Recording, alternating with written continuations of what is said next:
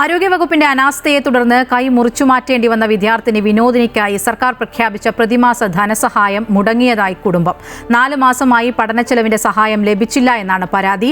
പോലീസിനെതിരെയും വിനോദിനിയുടെ കുടുംബം പരാതിയുമായി രംഗത്തെത്തി. പരാതി ഉയർന്നതിന് പിന്നാലെ സർക്കാർ നടപടിയെടുത്തു. പാലക്കാട് ചികിത്സാ പിഴവിനെ തുടർന്ന് കൈ മുറിച്ചു മാറ്റിയ 9 വയസ്സുകാരിക്ക് വനിതാ ശിശുവികസന വകുപ്പാണ് ധനസഹായം അനുവദിച്ചിരുന്നത്.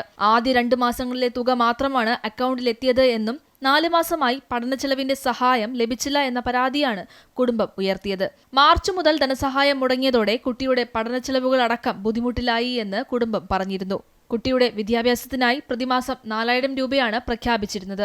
ഒപ്പം ചികിത്സാ പിഴവ് വരുത്തിയ ഡോക്ടർമാർക്കെതിരെ പോലീസ് നടപടി സ്വീകരിക്കുന്നില്ല എന്നും കുടുംബം ആക്ഷേപമുയർത്തി. നമുക്ക് ശിശുവികസനത്തിന് നമുക്ക് കുട്ടിക്ക് തുടർ പഠന ചെലവിന് വേണ്ടി പൈസ കയറുണ്ടായിരുന്നു. അപ്പോൾ കിട്ടിയത് നമുക്ക് ജനുവരിയിലും ഫെബ്രുവരിയിലും 2 മാസത്തേന് കിട്ടിയത്. ഇപ്പൊ 6 മാസമായിട്ട് നമുക്ക് കയറുന്നില്ല.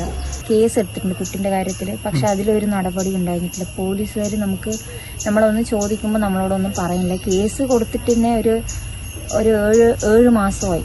7 മാസമായിട്ട് ഇതുവരെ ഒരു നടപടി നമുക്ക് ഉണ്ടായിരുന്നിട്ടില്ല. വിനോദിനിയുടെ കുടുംബത്തിന്റെ പരാതിക്ക് പിന്നാലെ വനിതാ ശിശുവികസന വകുപ്പ് മന്ത്രി ബിന്ദു കൃഷ്ണ വിഷയത്തിൽ ഇടപെട്ടു.